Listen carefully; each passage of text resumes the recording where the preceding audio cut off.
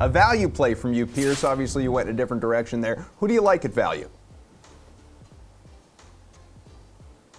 The Bengals DST is going to be my value play.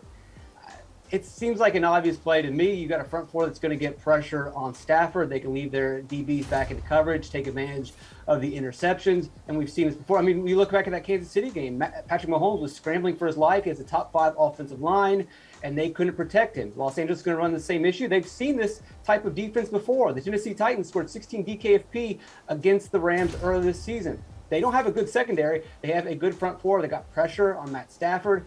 Got 5 sacks, 2 interceptions, and a touchdown. San Francisco, again, during the regular season, team not with a great secondary, but with a good front four. They got a pass rush on Stafford in both games, sacked him multiple times, got multiple interceptions, scored a touchdown in one game. This is the same scheme. This is the same game plan. The Bengals defense is going to present a bunch of problems for the Rams offense.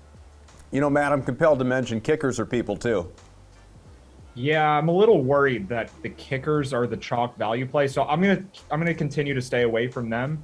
The guy I think that gets overlooked that's a little bit cheaper is Van Jefferson, who also carries a questionable tag into this game, but that's been true of the last 2 Rams games also, and he played. He hasn't done a ton, but Jefferson is kind of a boom or bust guy. Like, he's more of a deep threat than either Kupp or Beckham. And I just think that because Tyler Boyd is priced around here, the kickers are cheaper, the defenses are cheaper, Ryan's a lot cheaper. If there's a value play that kind of gets overlooked, I think Van Jefferson is that player. Tentatively, I want to play Sony Michel if everyone's playing Cam Akers, but if that becomes not the case and Akers is not popular, then the Michel thing isn't as interesting to me. So for that scenario, I'm going with Jefferson. I think among the starting receivers on both teams, he's probably the lowest owned of that group. Bukes, you want to make a case for maybe a Bengals receiver, or you want to go elsewhere?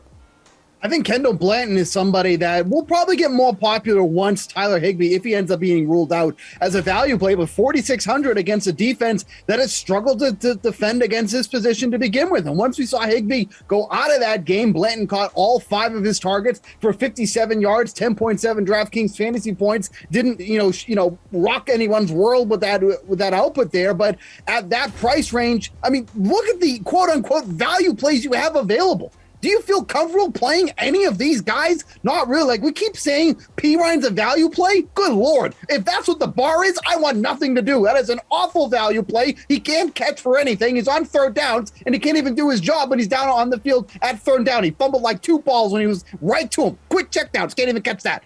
Give me Blanton, who obviously shows that he can catch the ball, 4,600, but boy, the pool is very, very small.